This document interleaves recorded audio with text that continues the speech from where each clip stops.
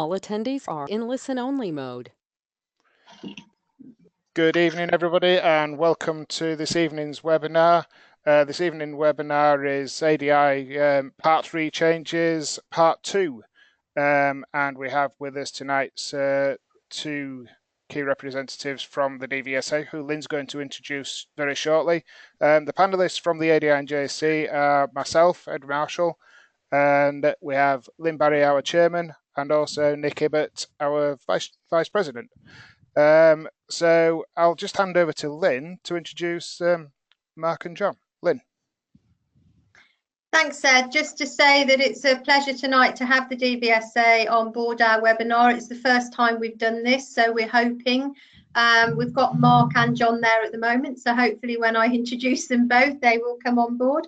Mark, as you know, is the Policy and ADI Registrar, and John Sheridan is in charge of driver training as Policy Manager. And it will just be good to hear things from their point of view. We had part 1 of our webinar where we discussed amongst ourselves our feelings, but I think it's great to get the DVSA on board now. So I think, Mark, you wanted to explain why we're actually going to be making these changes. Yes, thank you, Lynne. Can I just begin by sort of thanking you, Lynne, Ed and Nick, for inviting John and I and giving us this opportunity. I know that ADI and JSC in particular have already had a webinar and obviously have some concerns about the changes to the ADI Part 3. Hopefully everyone has caught up with the latest blog that went out last Thursday. Obviously what that starts exploring is also underpinning changes to audit, the voluntary register of instructor trainers. But I think so before I hand over to John Sheridan, who will sort of take us through the proposal around the test itself, I just wanted to say a few words to explain from our perspective why we are making the changes. Because again, I think sometimes it's overlooked when people jump into what the assessment is. But obviously as part of our new 5-year strategy that DVSA have launched in the last couple of weeks, there will be a major focus on ADI standards. And as part of that, we are particularly keen to improve completion rates for the ADI qualification process. Obviously, people who are looking to become ADIs are spending quite a lot of money, but I personally feel that the current system is actually failing many of those, and very few actually get anything for their investment, which I think is disappointing. So I'm keen, obviously, to help that along, but it's certainly not about making the qualification process easier. It's about raising the standards of new ADIs through improved completion rates from the fact they will get better, high-quality training from the highest quality instructors. And obviously, an important part of that is our proposed changes to audit, which obviously I can talk a little bit about tonight. But obviously, there is the 2 workshops that we will have with instructor trainers. So, John, do you want to sort of take us through the key aspects of the proposed changes to the Part 3? Yeah, not a problem, Mark. Good evening, everyone, and thank you very much for inviting Mark and I to join your webinar this evening, because I think it's really important that we have the opportunity, when I talk about we, I'm talking about DVSA, we have the opportunity to give you the opportunity to ask questions of us. But more importantly, I think it's about reassuring you that the proposed change is about raising standards.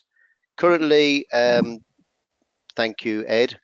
Currently, the Part 3 examination is a fault-based examination, which doesn't align itself with the National Driver and Rider Training Standard, and certainly doesn't align itself with the current standards check that we have in place. So therefore, as Mark rightly alluded to, it's grossly unfair for a PDI to qualify currently with the existing Part 3 process and then have to retrain in preparation for the standards check to remain on the register.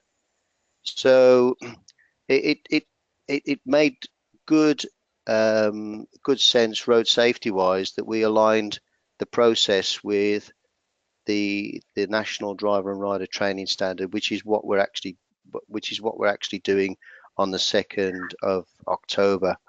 The Part 3 currently, as you well know, for those of you who are involved in the ADI training industry, is only as good as the examiner delivering it. and the role play aspect is outdated. It's very test centric, so PDIs are currently learning what to teach as opposed to how to teach, and that is a really important statement. Because of the 12 preset tests and the 10 examination papers, the training organisations, and we understand why, I understand why, are focusing on preparing their PDIs to actually participate in the qualifying Part 3 examination, which, as I say, is about what to teach and not how to teach.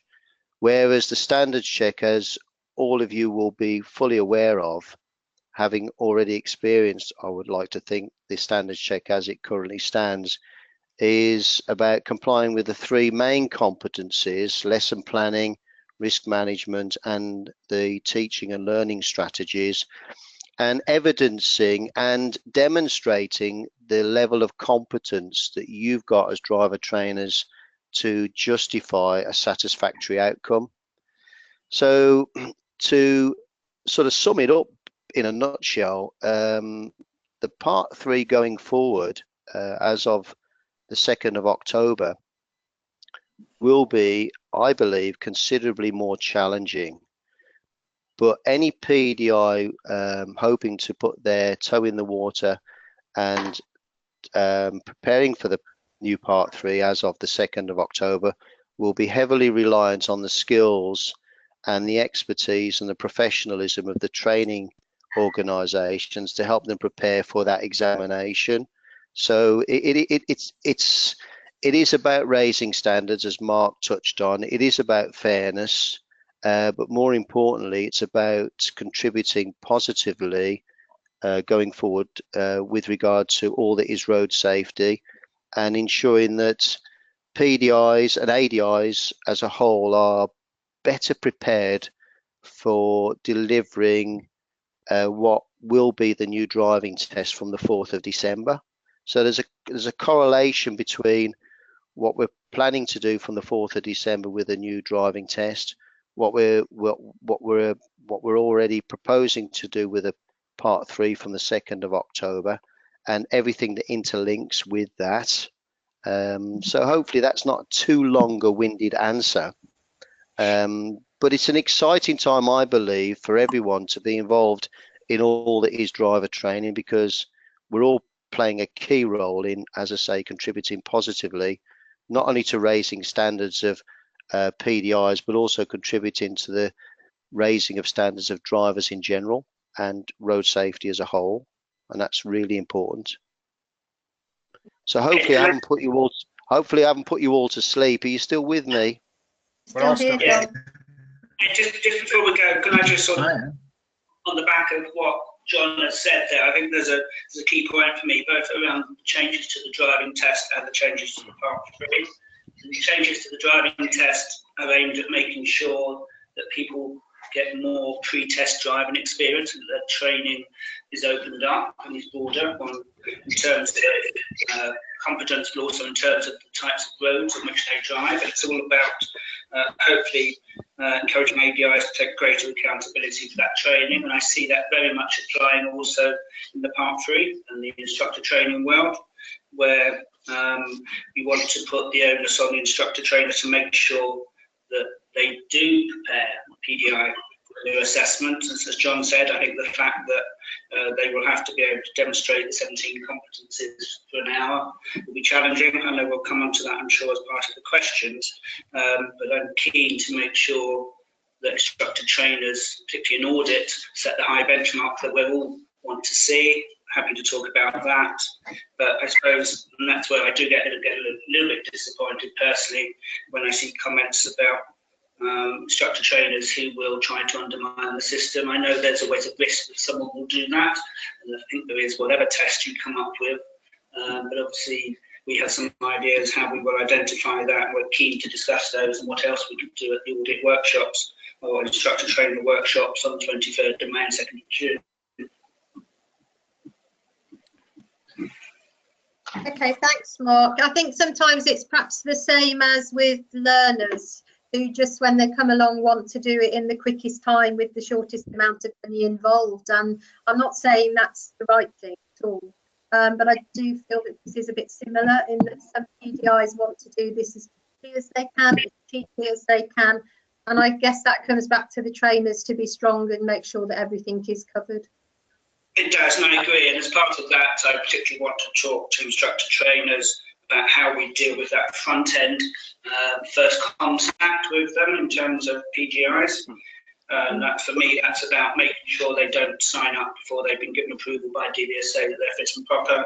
It's about making sure they get all the right information. It's about us helping them ask the right questions to instructor trainers, and that they're able to make an informed choice as to who is the best trainer for their needs out there. And some of that is sort of the questions that we're asking in the survey that's particularly gone out to PDIs that went out last week.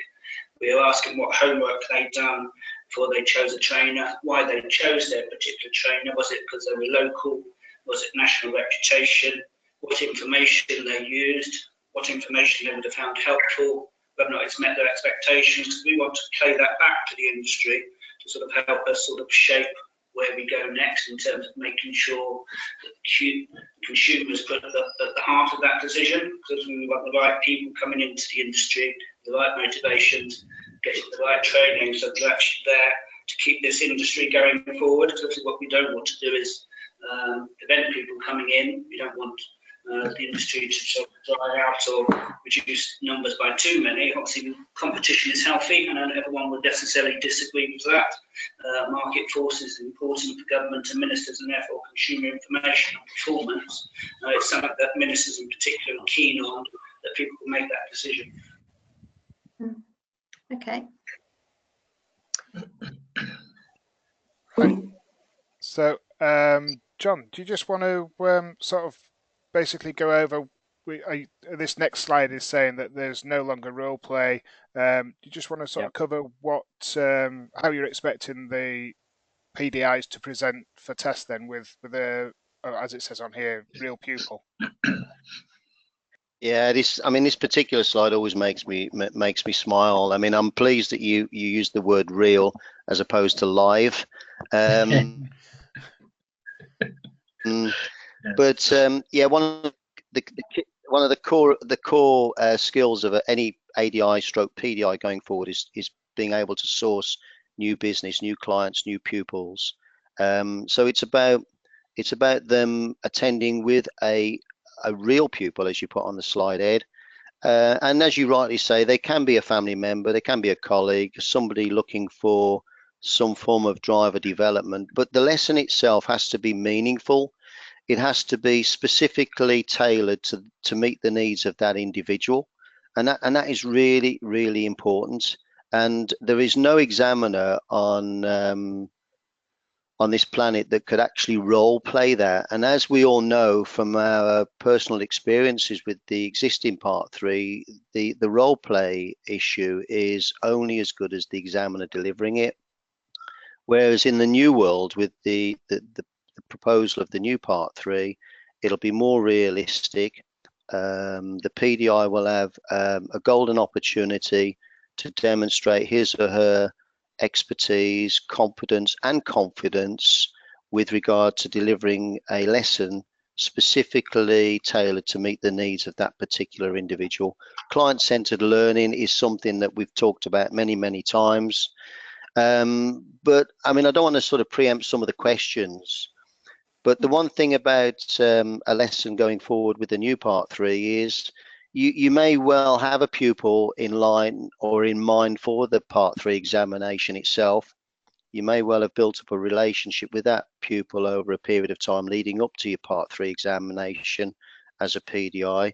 But on the day of the test itself, obviously the dynamics have changed, the situation has changed, the circumstances have changed, because now all of a sudden, potentially, we have got a third party on board, but there's also a realistic possibility of a fourth person being on board, because whoever's conducting the Part 3 examination could well be supervised as well. So potentially there could be 4 people on board, and that's exactly the same as it is now.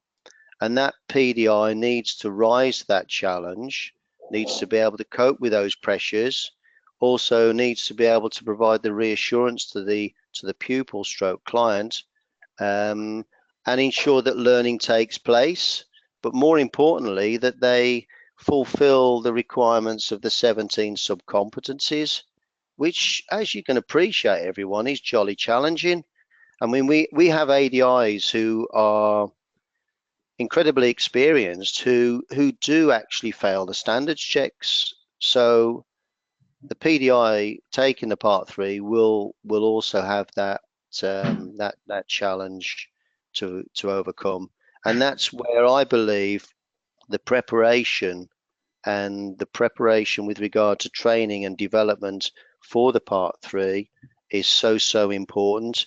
And Mark has already touched on the fact that we've got a few safety nets in place to ensure that the quality is maintained. One of the key concerns going forward is that PDIs will rehearse a lesson, but the one thing, well, there's several things that are unpredictable, as we all know, but the one thing in particular is completely unpredictable, the fact that other road users on the day and the route that's chosen on the day may be completely different to that of the day before when the rehearsal took place.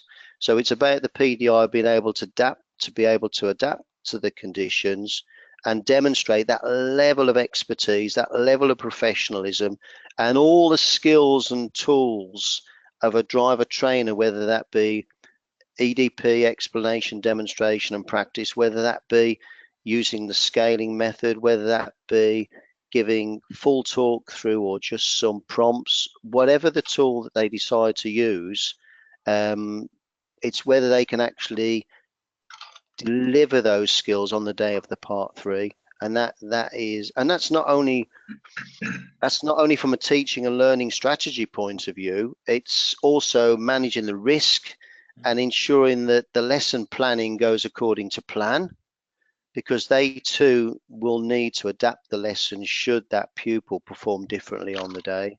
So it's having several plates spinning at the same time and ensuring that they don't fall. Incredibly complex. I hope that doesn't sound too complicated, but it is. It is a big ask to for any PDI to put themselves forward for a standards check without being adequately prepared, and that's where we as an agency are heavily reliant on the expertise of the PDI stroke audit stroke driver training industry to ensure that they are. Well, I must say that I had a discussion on Sunday with my PDI, and she's at a stage where she has to make a decision between, does she go ahead and go for the exam as it stands now, or does she delay things and go for the October the 2nd route?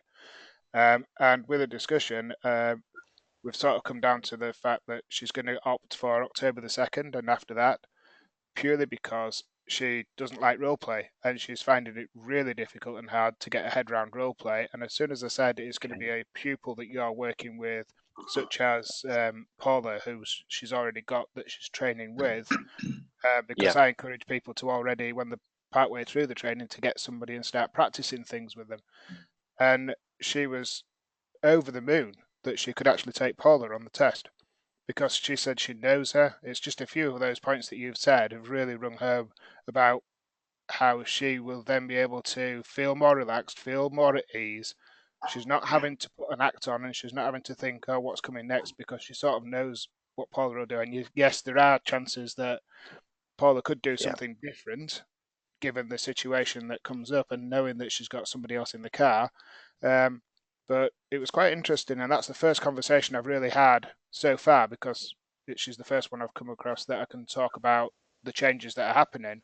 And it made a really good discussion, and she went away absolutely buzzing that the changes are coming in, and it's going to suit her style a lot better than what the role play is. Because one of the things you mentioned there was training one way to pass a test PST way, and then getting her head round. But when I've finished, I'm going to have to learn completely again a different sort of methods and maybe different styles. So she was really enthusiastic about the changes. Well, I'm pleased to hear that in many respects, Ed, because it sounds to me that she's obviously embraced the training elements in preparation for the new Part 3 in the first instance. So she's obviously in the process of acquiring all the skills. So if she's confident, stroke competent in delivering a lesson that's tailored specifically to meet the needs of her pupil, fantastic. What she will probably struggle with on the day, and to be fair, it's a natural human reaction when the dynamic is changed, when you've got a different person on board and it's a test. You mentioned the word test, and we're all human. I feel exactly the same when somebody's sitting in and observing me. There's a bit of an adrenaline rush. You've got to rise to that challenge. And being inexperienced as a PDI, she will have to dig deep to find the appropriate tool to help her overcome that particular issue.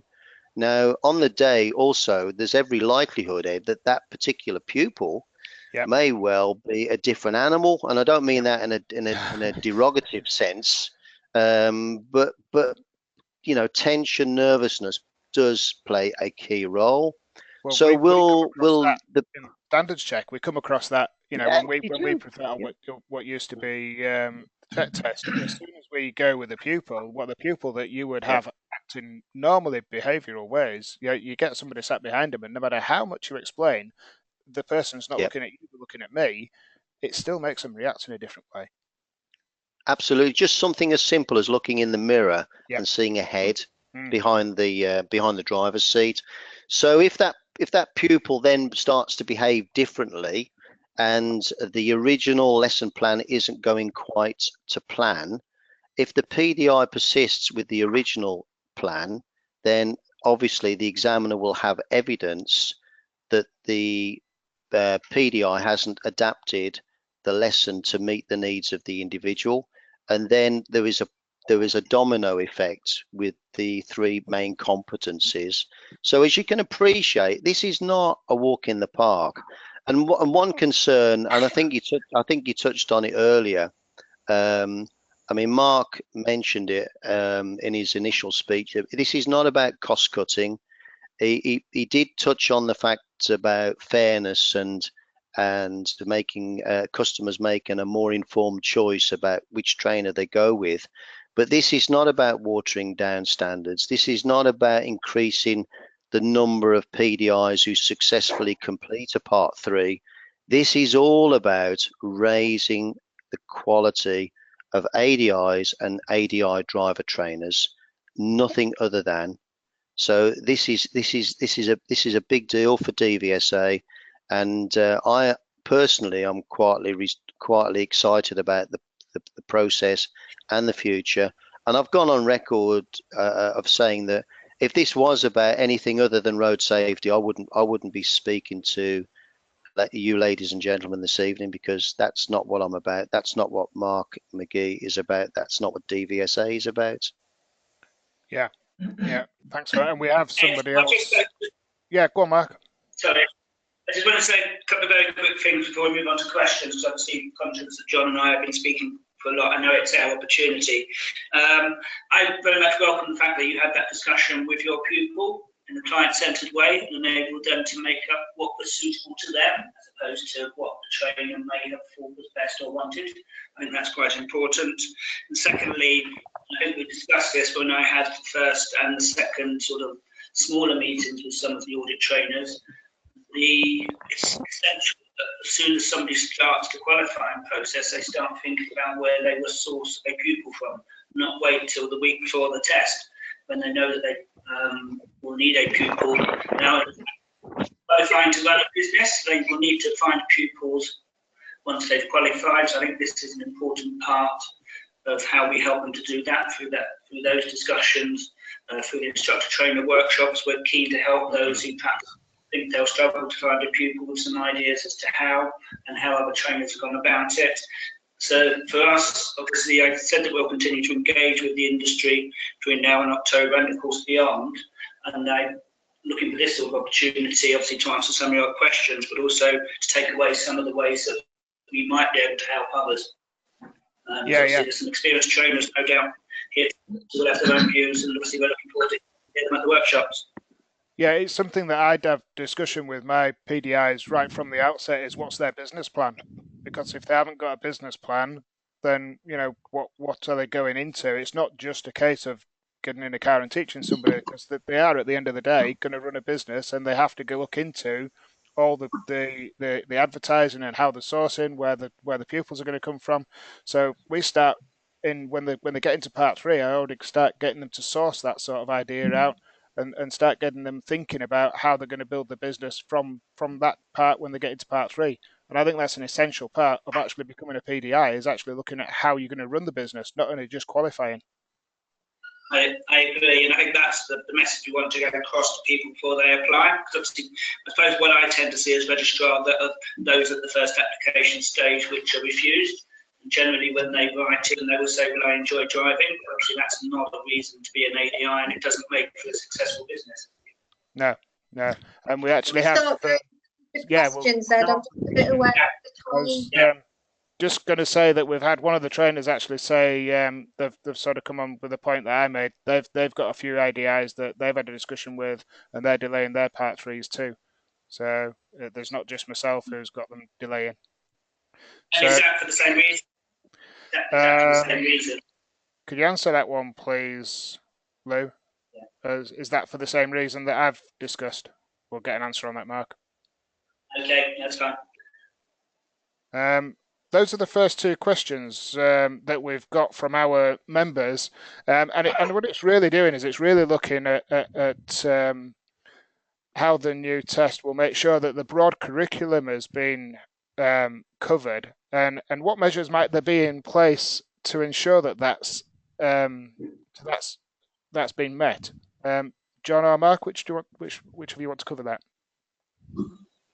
Well, if I start off, John, I suppose for me it's what John has already been sort of majoring on. It says this idea that when they come to the assessment, they will have to hit all of the 17 sub-competencies.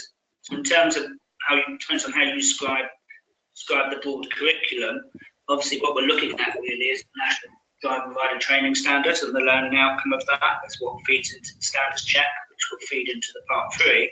So the curriculum has got to be almost everything that is covered in the national standards. My view, again, it might be a simple view, is that obviously under the current test, I would argue that maybe people could just learn the 12 preset lessons. So in my simple view is that I think that would maybe easier to contrive, because if they've got those off to a T and know which rows to do them, because if things can still go wrong on the lesson.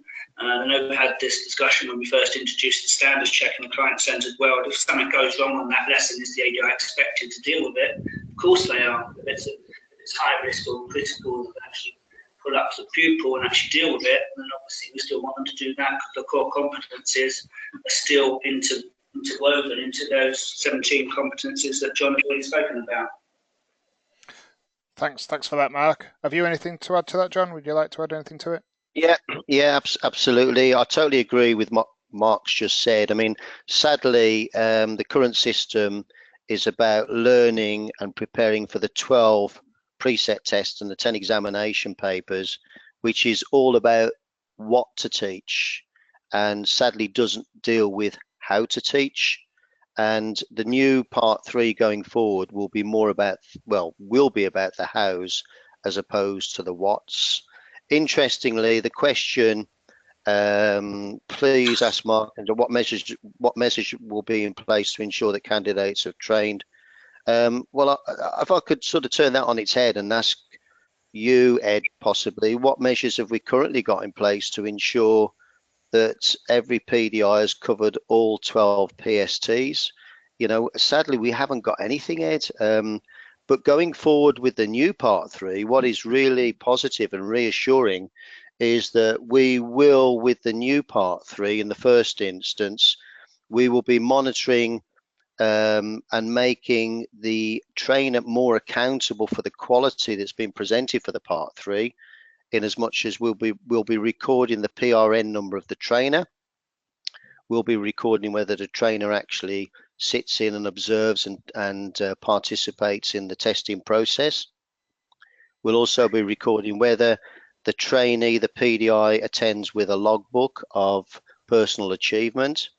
We will also be monitoring the lesson. What was the lesson plan? Does John Sheridan always turn up with a PDI that's doing a full license holder, always doing open roads and the usual full license holder type lesson?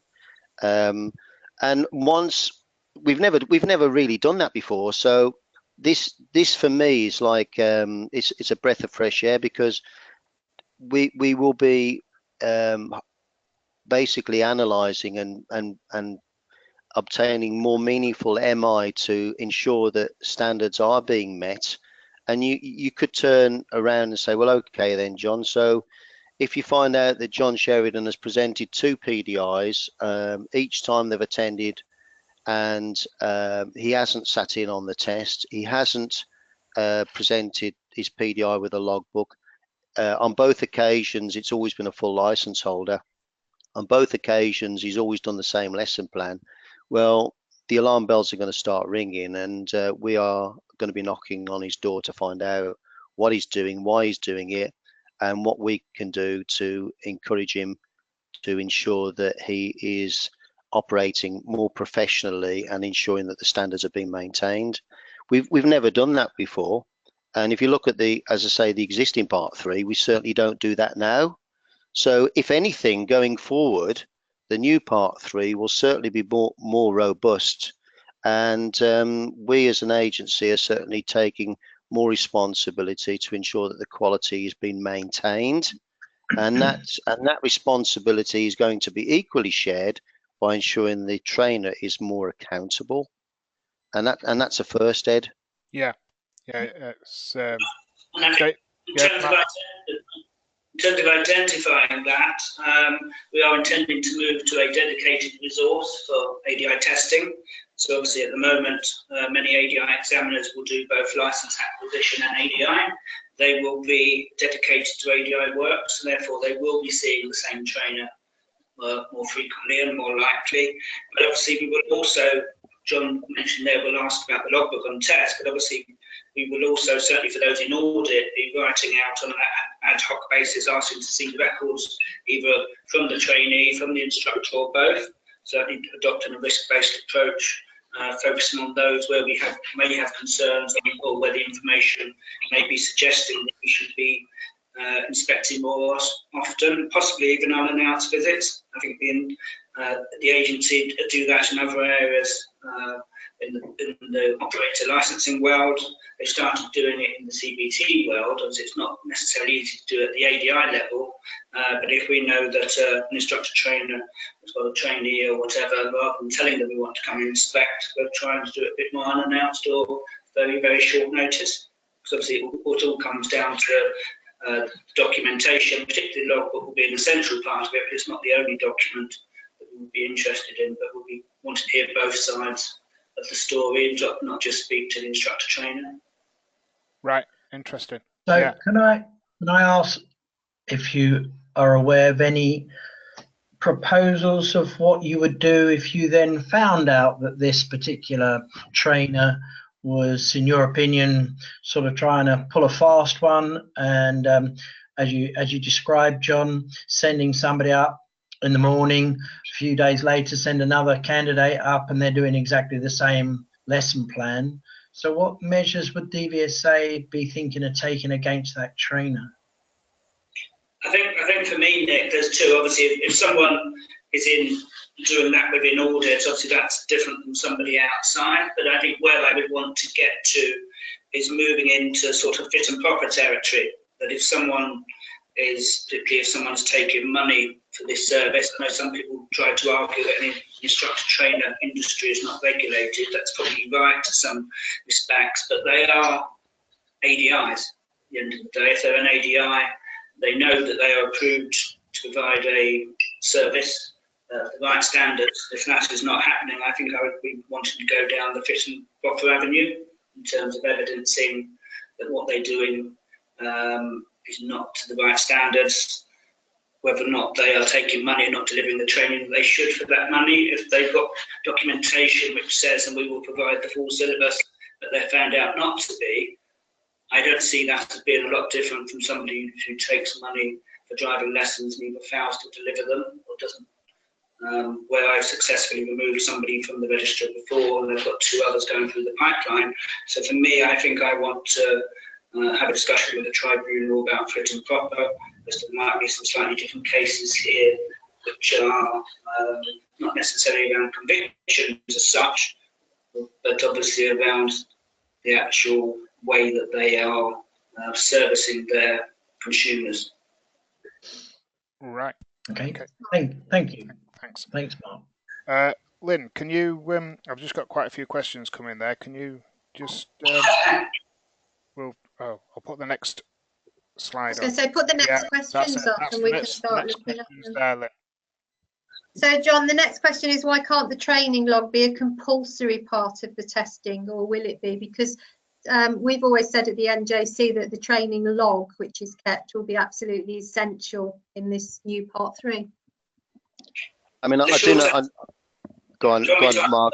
If I do the short answer to that is that legislation doesn't allow it. Legislation, the Road Traffic Act, which sets out the ADI regulatory framework, only sets out the test-centric approach to the qualifying process. It doesn't allow for any regulation around training requirements. Similar to obviously in the licence acquisition world, legislation sets out the driving test, but it doesn't regulate how someone has to train or whether or not they have to train the professional instructor.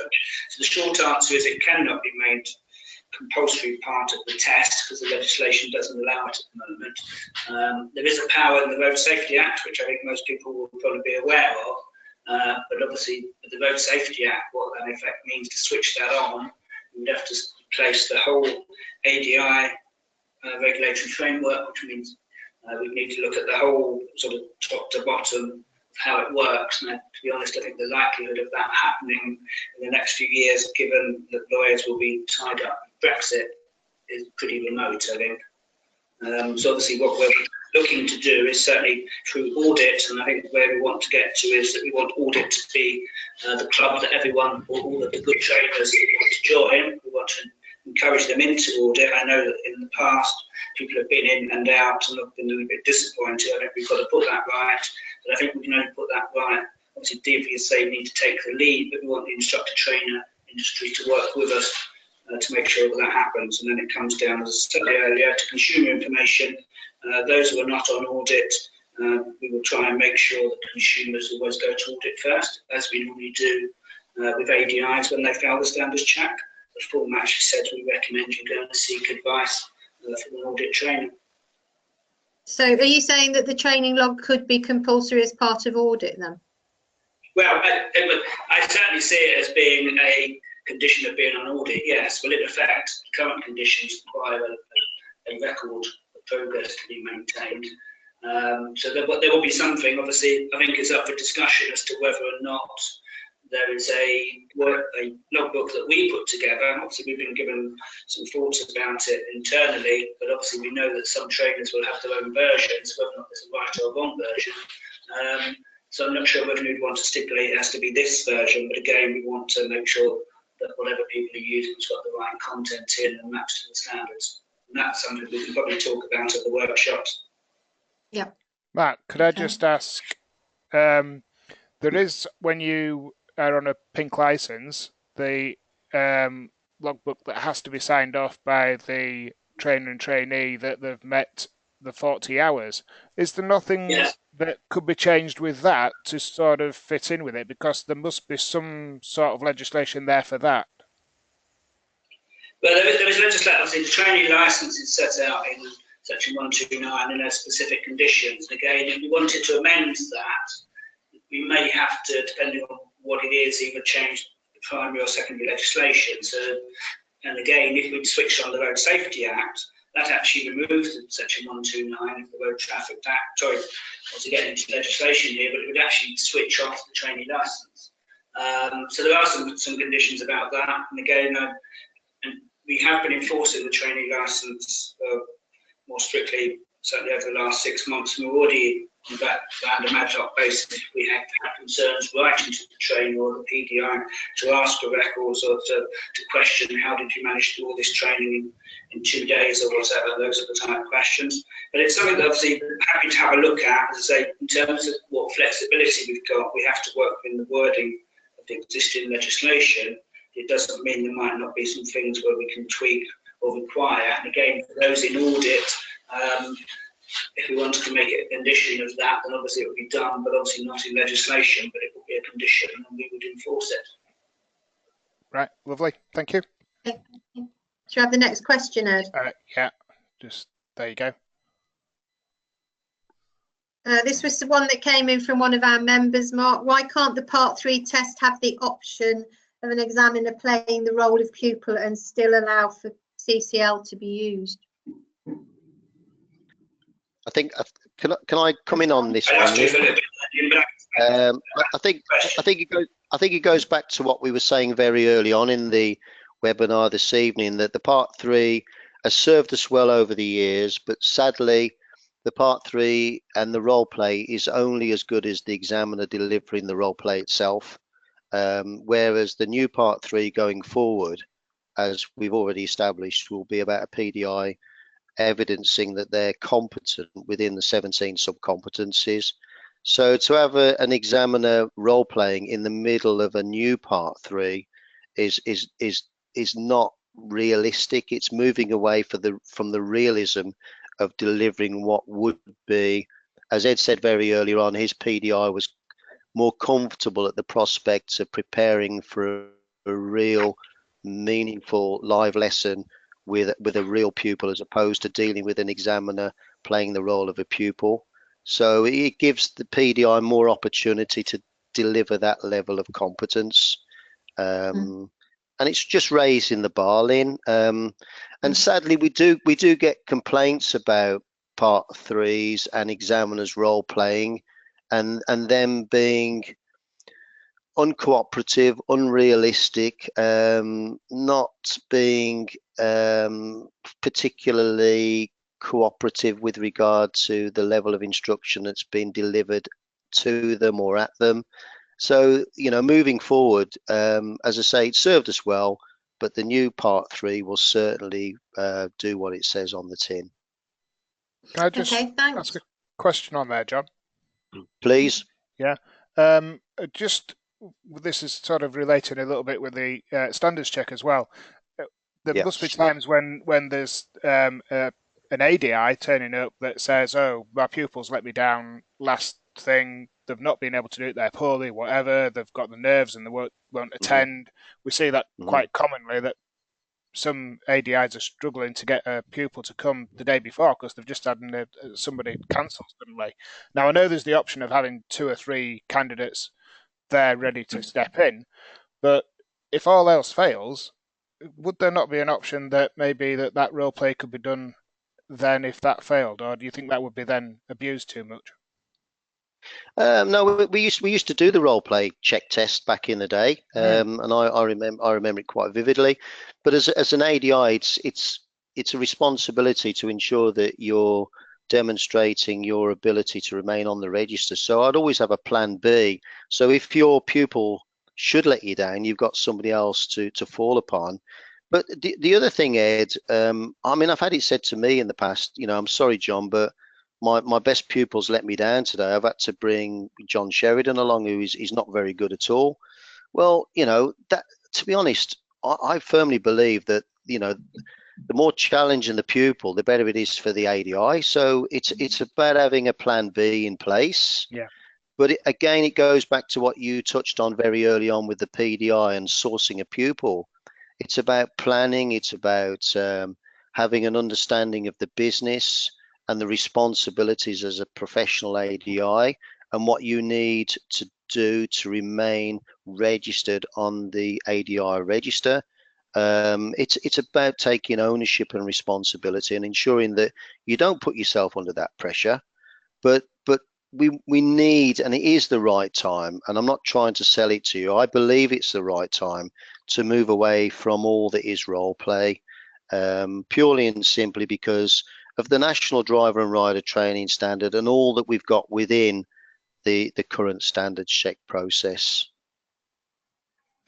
Okay, thanks, John. Can we Thanks, move the questions on, Ed? Okay. Rehearsed or easier? The lesson could well be rehearsed. We've sort of touched on this a little bit before. And the test is perceived as being easier. I think you've also mentioned this a little bit. What's your take on this aspect of it, John? Because this is something that I've heard quite a lot about, where people are thinking that it could be rehearsed and easier.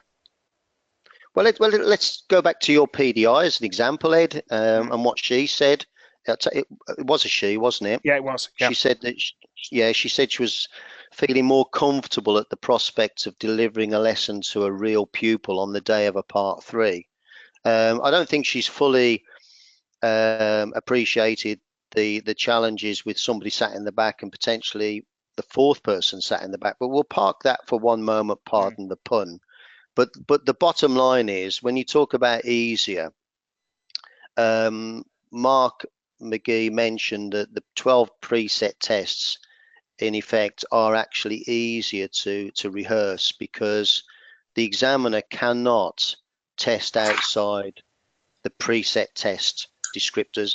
So the examiner is very restricted in what he or she can do within the current Part 3 process.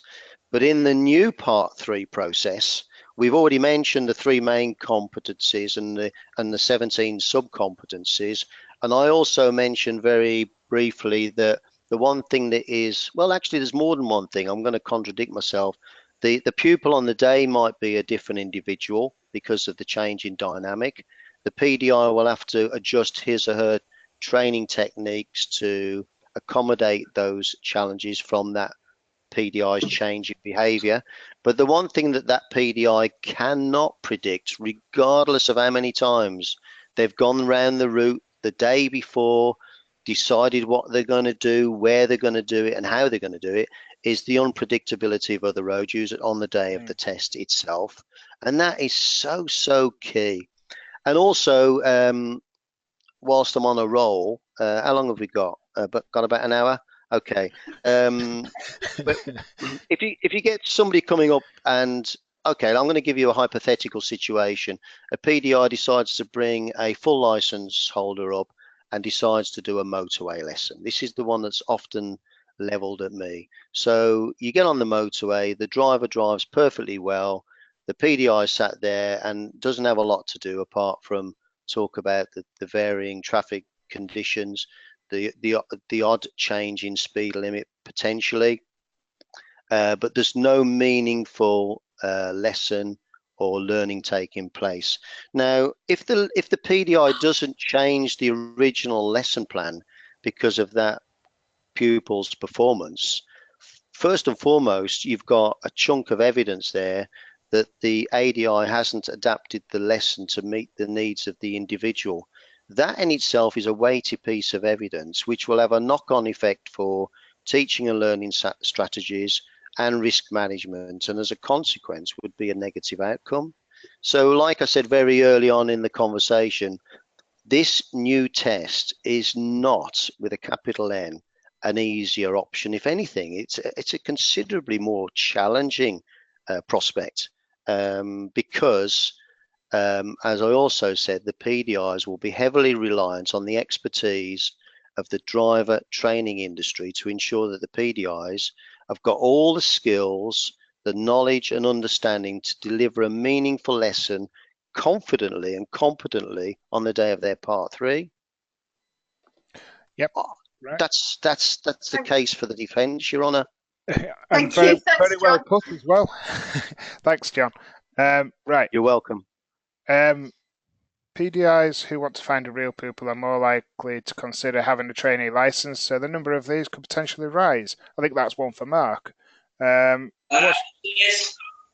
Obviously, every PDI is entitled to apply for a trainee license, but we know that at the moment less than 50% do. I think you're right, we could see a slight increase because it is an obvious way by which a PDI can access a real pupil of their own. I think I would have a question back around the impact on all. Does it impact on all ADIs? I think that's negligible in my own view. If you think there are 40,000 ADIs on the register, generally a couple of thousand of PDIs at any one time, I don't really see that it would have a major impact on ADIs. But for me, it's not about ADIs, it's not about PDIs, it's about the whole ADI industry, but it's also equally about consumers. So again, if people are making use of trainee licenses, we need to do more to make sure that they are aware that they are getting training from somebody who's only partly qualified. And again, we've often spoke about that, but I think we really have to do that. That's not being derogatory to the trainee license, but it's about making sure consumers are aware of who they are getting their training from. Right, thank you, Mark. I'll just... Well, if I come back on that.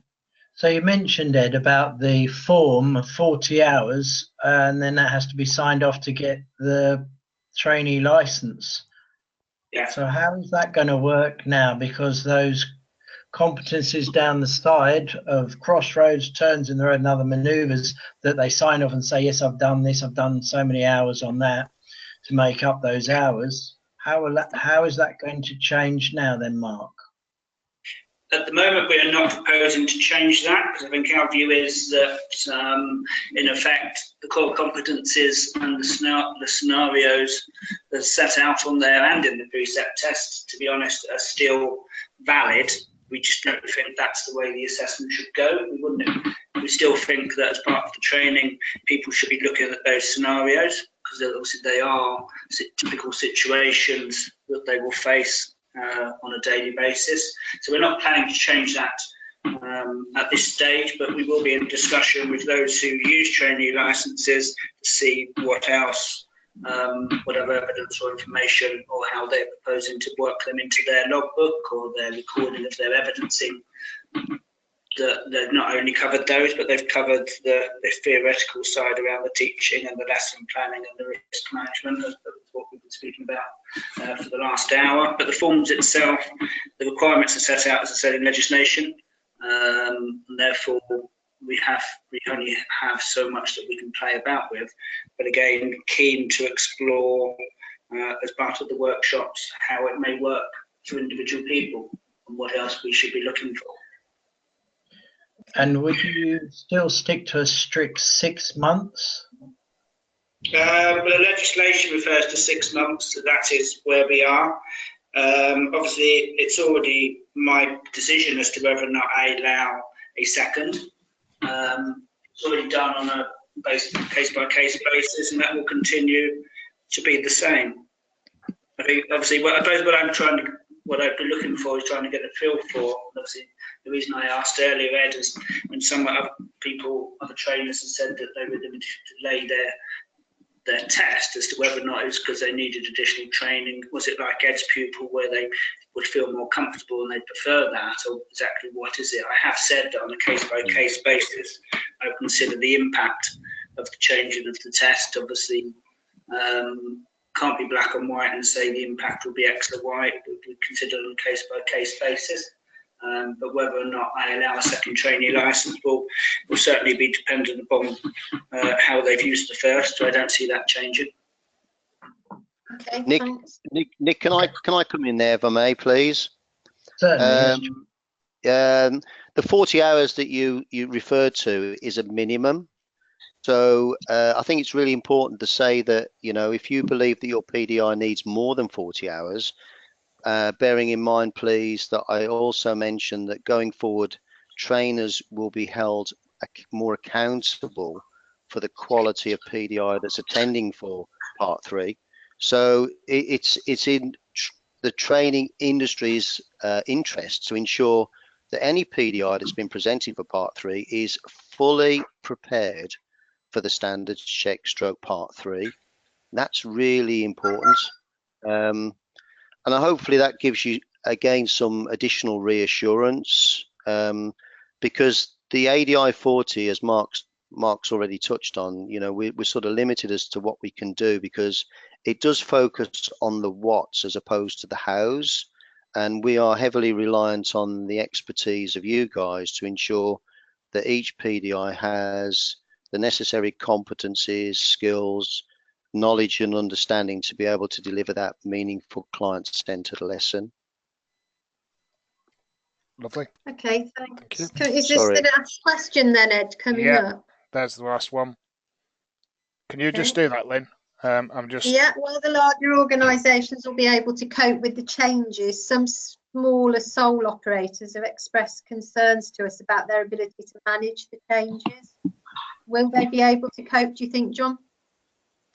I find that question actually, Lynn, quite disappointing because, you know, when you think of the skills, I mean, okay, Mark and Ed touched on it. You know, we get a PDI or an individual wanting to become a driver trainer, want to enter the driver training industry. You've got to have a passion for all that is road safety. You've got to have a desire to contribute positively to all that is road safety. You've got to acquire all the skills, from business acumen to sourcing a pupil to choosing an appropriate vehicle. And it's no difference for the organizations involved in delivering that training. If they cannot cope with change, what hope is there for any of us? Because they should be leading by example, in my view. We all have to adapt. We all have to be flexible. We all have to change track from time to time. It's no different for any operator or any large organization. In fact, some of the larger organizations have probably got a bigger challenge on their hands because they've got more trainers to upskill and prepare to deliver the new Part 3 and all that is involved with the new Part 3. Whereas a sole operator really needs to take ownership of their own continuing professional developments, have a sound understanding of all that is the National Driver and Rider Training Standard, and in particular Role 6, which covers the skills needed by any competent trainer. So I just find that question a little bit, I don't know. Maybe it's just me. Maybe I'm getting grumpy in my old age. I don't know. If I could come in with what I think fears. Yeah, sorry, I think people have got genuine fears, and that's a question that came up a few times, but that's an interesting answer. That's fine. Sorry, go ahead.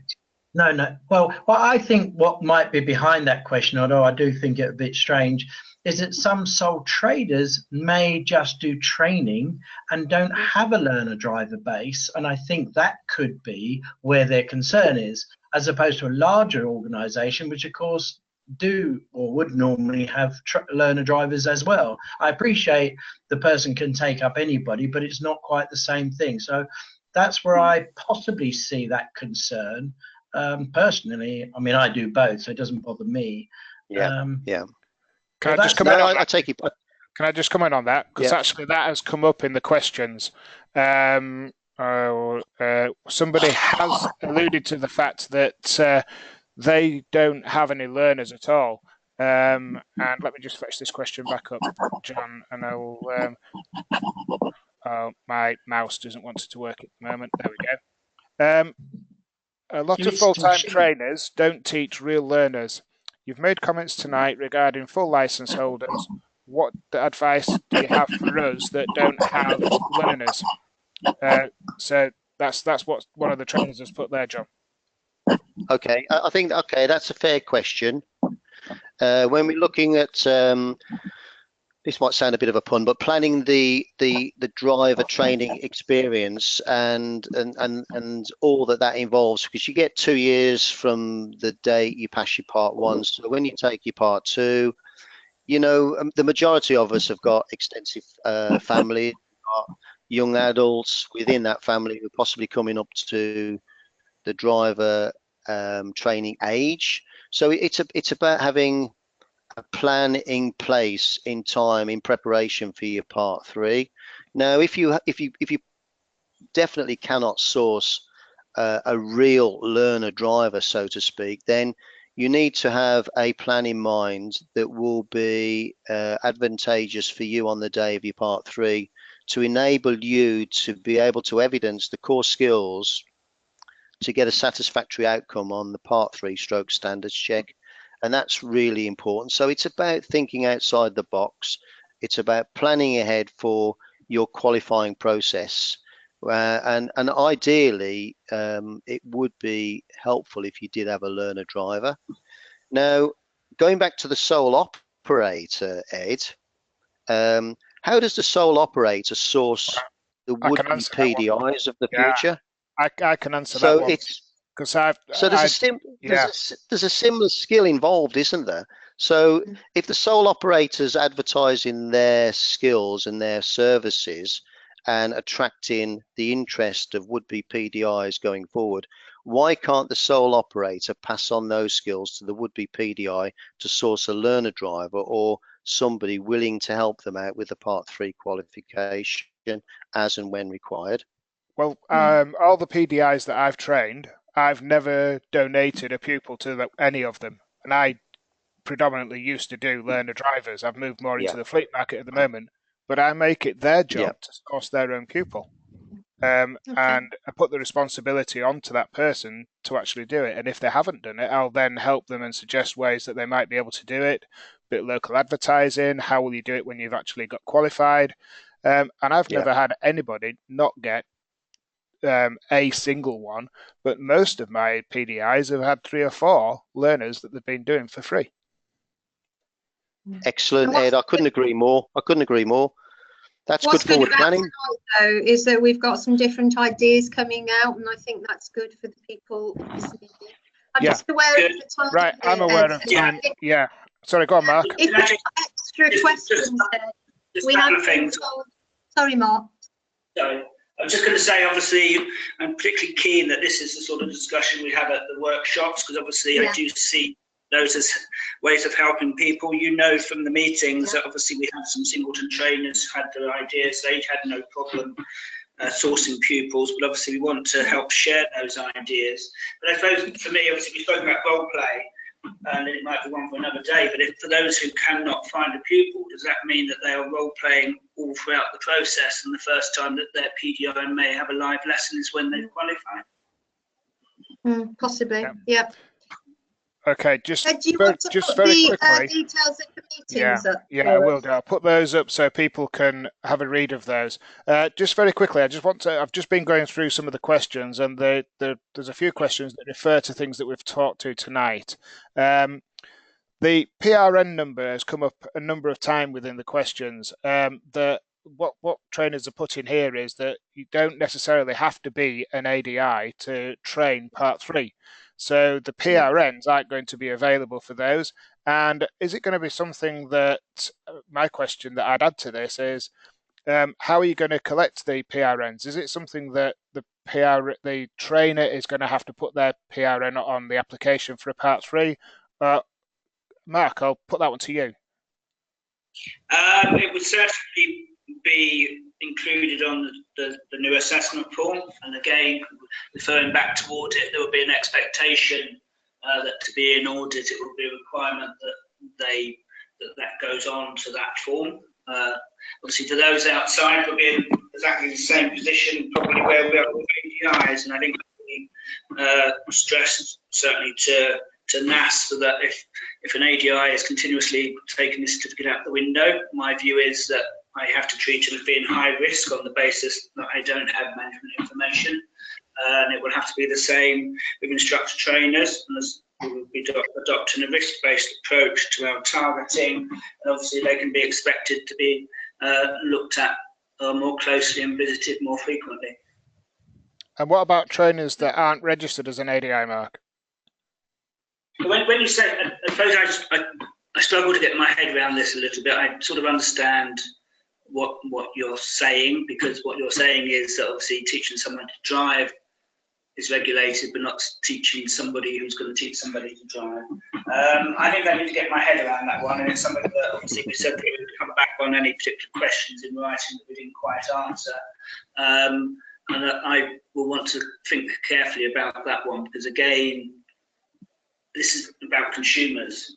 If someone's being taught by somebody that is not an ADI, then that is wrong. It may not be wrong legally, but it's not. It's the sort of thing that we need to deal with through consumer information.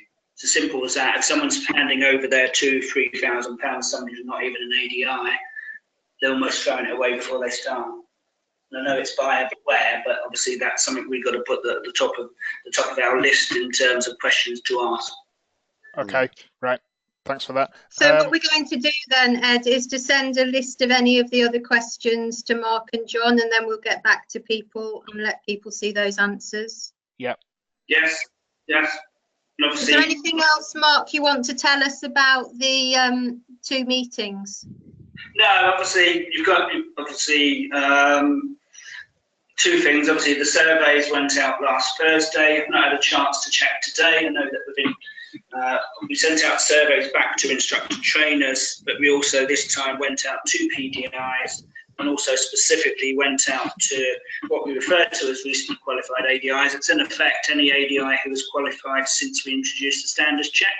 Because obviously what we're particularly interested in hearing back from is those who have been through the current qualifying process and the standards check to see how they got on and whether or not they needed to undertake additional training. Don't have the breakdown, but on Friday, within 24 hours, I think we've had 300 responses, primarily from PDIs and ADIs this time, who are keen from. But obviously the workshops are aimed at instructor trainers. Obviously the addresses for audit, one is at Cardington on 23rd of May, one is up at Durham on the 2nd of June. But obviously we have put by invitation only on the fact that obviously we have 200 organisations on audit and about 800 trainers. Obviously we need to try and manage how many are coming. We want all organisations to come over those 2 events, but obviously we have to put them at the front of the queue. If there are spaces outside of that, then obviously we might be able to extend it to others, but it's purely aimed at instructor trainers. We'll focus on the Part 3 changes, but also particularly keen to discuss how we can base the standards of audit in terms of the benchmarks for entry, the requirements once they're on there, the terms and conditions of which they will apply to, getting into consumer information and getting into the sort of targeting of instructors and how we should identify who we should see. Okay, thanks very much, Mark. So I encourage everybody who's an instructor trainer certainly to fill in the questionnaires. I'd be particularly interested if you've got any PDIs taking part this evening to hear from them as well, from their views. Okay, yes, we've asked people to fill these surveys in. We've sent that out as a news flash. I think, Ed, we need to draw this to a conclusion now, but I really do want to thank very much Mark and John for joining us tonight. It's the first time we've done this, but I think it's been really helpful. Anything finally to say, Nick? No, and let's hope we move forward, and let's hope it does improve our industry and makes things better. I think we're getting all our polls in a row, whatever I could say. So in other words, the standards check, because we always thought it was odd that the Part 3 test didn't change before the standards check, but at least it's all happening now. So that's all to the good. Yeah, and maybe in hindsight we would have done it that way, or even done both at the same time. But obviously the standards check was achievable without a regulatory change, which obviously made it a lot easier. Okay, yes. Next webinar is on Tuesday, no, that should say that's not been. No, hang on, that's not quite right. That'll be the last Tuesday in May. Yeah, it's the last Tuesday in May. I'll have a look at my calendar 1 second when I get to that, and we will be there. So what I would like to do is thank everybody for attending tonight. We've got loads of questions that have come in. I'm sorry that we've not had a chance to get through those questions, but we will answer them. Yeah, it's all logged, and a lot of them, from what I was scrolling through, I've tried to group some of those together. We've answered very quickly on there. And the May one, the last Tuesday in May, is the 30th of May. So it's the 30th of May, the next one.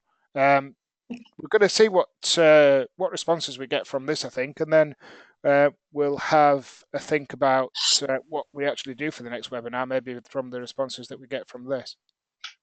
Okay, yeah, that's absolutely fine, because one of the meetings will have taken place by then as well. Okay, thanks very much, everybody. Okay, thanks, Lynn. Thank you. Yeah. Thank you Thank very you, much. everybody. Thanks, guys. Thank you. For Bye-bye. all the attendees that are on the webinar, on the GoToWebinar control panel on the top right hand side, there's a red cross there. If the attendees could just delete the red cross, and that will dismiss you from the webinar. If you could all do that, good night, and we'll see you next time. Thank you very much for attending. Good night.